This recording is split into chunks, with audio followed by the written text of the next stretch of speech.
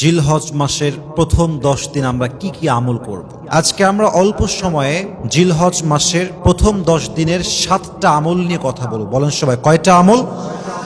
আমি খুবই ঠান্ডা মাথায় আমলগুলো বলার ট্রাই করছি, জাস্ট মেমোরাইজ করে নেবেন। এবং আমি শুরুতে দোয়া করছি আমি সহ সকলের জন্য, আল্লাহ আমাদের সবাইকে যেন এই প্রত্যেকটা আমল করার তৌফিক দান করে। পড়েন সবাই আমিন। 1 নম্বর আমল হচ্ছে জিলহজ মাসের প্রথম 10 দিন আমরা বেশি বেশি তাসবিহ পাঠ করব, তাহমিদ পাঠ করব, তাহলিল পাঠ করব, তাকবীর পাঠ করব। তাকবীর মানে হচ্ছে আল্লাহু আকবার, তাসবিহ মানে হচ্ছে সুবহানাল্লাহ, তাহমিদ মানে হচ্ছে আলহামদুলিল্লাহ, তাহলিল মানে হচ্ছে লা ইলাহা ইল্লাল্লাহ। এই 4টা জিকির যদি বেশি বেশি করেন, কোরআন কি বলছে? আল্লাহ তাআলা বলেন আলা বিযিকরিল্লাহি তাতমাইন্নুল কুলুব।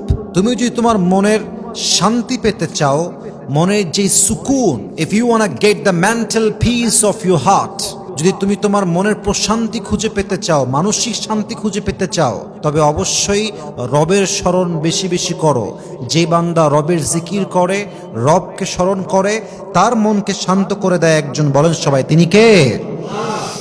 2 নম্বর আমল, জিলহজ মাসের প্রথম 10 দিন রোজা রাখা। এটা খুব গুরুত্বপূর্ণ একটি আমল, এবং বিশেষ করে এই 9 দিনের রোজার মধ্যে সবচেয়ে গুরুত্বপূর্ণ রোজা হচ্ছে আরাফার দিনের রোজা।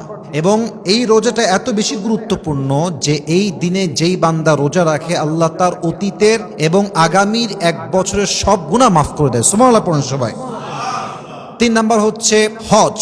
খুব গুরুত্বপূর্ণ একটা আমল। যার অ্যাবিলিটি আছে, যার সামর্থ্য আছে, তাকে এই মাসে হজ করার আদেশ দিয়েছে একজন। তিনি কে? এটা আপনার ইমানের একটা বিশাল লম্বা জার্নির ব্যাপার।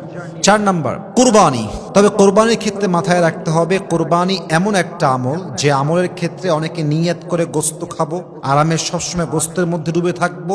ব্যাপারটা কিন্তু এরকম নয়। কত বড় গরু কুরবানি দিলেন, দ্যাটস নট অ্যাকসেপ্টেড। কত টাকার কুরবানি হলো, দ্যাটস নট অ্যাকসেপ্টেড।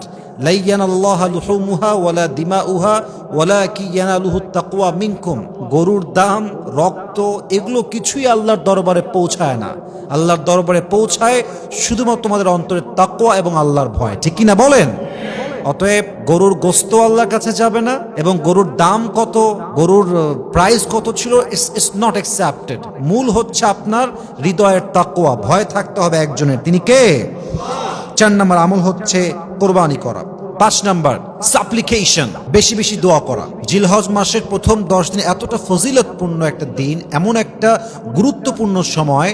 এই সময় বান্দা দোয়া করতে দেরি হয়, বান্দার দোয়া আল্লাহ কবুল করতে দেরি হয় না। সুবহানাল্লাহ পড়বেন না সবাই? আফজালুদ দোয়া, এই আরাফার দিনে যে দোয়াটা করা হয়, এটা সর্বোত্তম দোয়া, এবং এই দোয়াটা করার সঙ্গে সঙ্গে বান্দার দোয়া আল্লাহ কবুল করে নেন। সুবহানাল্লাহ পড়েন সবাই। 6 নাম্বার নফল ইবাদত। যত পারা যায় ইশরাক পড়েন, যত পারা যায় তাহাজ্জুদ পড়েন। এই 10 দিন যত নফল নামাজ পড়বেন, আপনার জীবনে বরকত দিবে একজন। বলেন সবাই, তিনি কে? এবং হাদিসে আসছে, এটা খুবই সুন্দর একটা হাদিস, জিলহজ মাসের প্রথম 10 দিন যেই বান্দা নফল ইবাদত করে সময় কাটায়, আল্লাহ তার জীবনটাকে রহমত দ্বারা ভরপুর করে দেয়। সুবহানাল্লাহ পড়েন সবাই। অতএব 6 নাম্বার আমল হচ্ছে আমরা বেশি বেশি নফল ইবাদত করব, নামাজ পড়ব। 7 number, and that is the last one, final one, অবশ্যই জিলহজ মাসের প্রথম 10 দিন আমরা সবাই বেশি বেশি কোরআন তেলাওয়াত করব। কোরআন তেলাওয়াত এমন একটা দামি আমল, বান্দা যখন কোরআন তেলাওয়াত করে মনে হয় যে বান্দা দুনিয়াতে বসে বসে জাস্ট মুখ নাড়িয়ে নাড়িয়ে তেলাওয়াত করছে, বাট ব্যাপারটা এক্স্যাক্টলি এমন নয়। বান্দা যখন তেলাওয়াত করে, বান্দা সরাসরি আল্লাহর সঙ্গে কথা বলতে শুরু করে দেয়। সুবহানাল্লাহ পড়েন সবাই। অতএব আমরা সকলেই ট্রাই করব আমাদের সোলকে, আত্মাকে শান্তি দেওয়ার জন্য এবং নিজেদের আমলকে আরো বেশি ডেভেলপ করার জন্য সবচেয়ে বেশি আমল করব আমরা এই 10 দিনে বেশি বেশি কোরআন তেলাওয়াত করব। রাজি আছেন তো ইনশাআল্লাহ? আমি যে 7টা আমল বলেছি, আল্লাহ তাআলা আমাদের সবাইকে এই 7টা আমল অনুযায়ী পরিপূর্ণরূপে অ্যাপ্লাই করার তৌফিক দান করুক। পড়েন সবাই আমিন।